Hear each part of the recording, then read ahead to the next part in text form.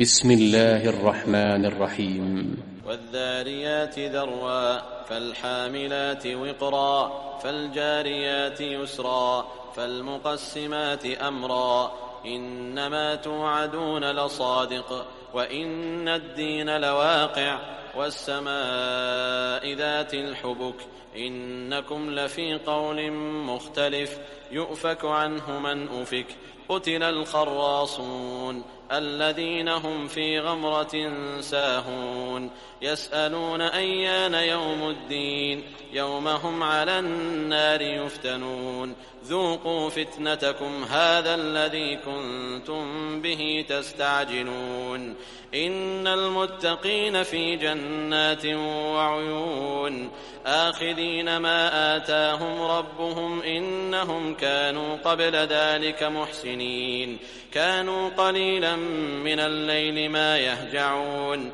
وبالأسحار هم يستغفرون وفي أموالهم حق للسائل والمحروم وفي الأرض آيات للموقنين وفي أنفسكم أفلا تبصرون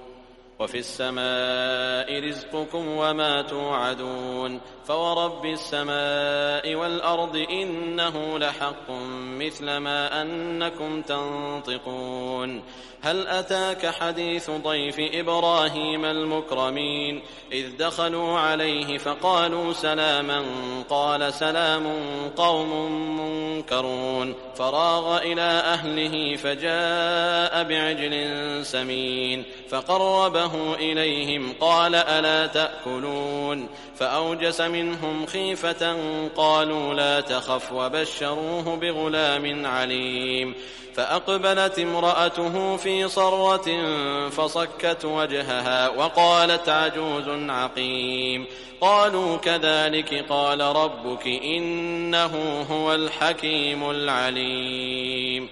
قال فما خطبكم أيها المرسلون قالوا إنا أرسلنا إلى قوم مجرمين لنرسل عليهم حجارة من طين مسومة عند ربك للمسرفين فأخرجنا من كان فيها من المؤمنين فما وجدنا فيها غير بيت من المسلمين وتركنا فيها آية للذين يخافون العذاب الأليم وفي موسى إذ أرسلناه إلى فرعون بسلطان مبين فتولى بركنه وقال ساحر أو مجنون فأخذناه وجنوده فنبذناهم في اليم وهو مليم وفي عاد إذ أرسلنا عليهم الريح العقيم ما تذر من شيء أتت عليه إلا جعلته كالرميم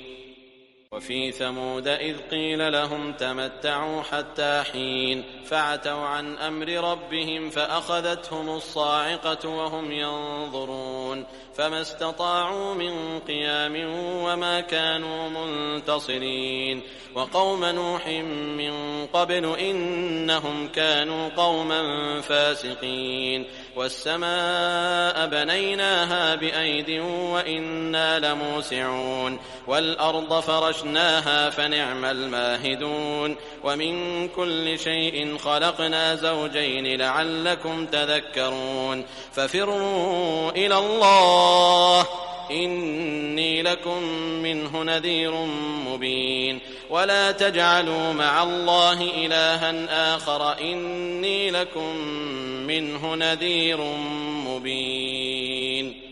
كذلك ما أتى الذين من قبلهم من رسول إلا قالوا ساحر أو مجنون أتواصوا به بل هم قوم طاغون فتول عنهم فما أنت بملوم وذكر فإن الذكرى تنفع المؤمنين وما خلقت الجن والإنس إلا ليعبدون ما أريد منهم من رزق وما أريد أن يطعمون إن الله هو الرزاق ذو القوة المتين فإن للذين ظلموا ذنوبا مثل ذنوب أصحابهم فلا يستعجلون فويل للذين كفروا من يومهم الذي يوعدون.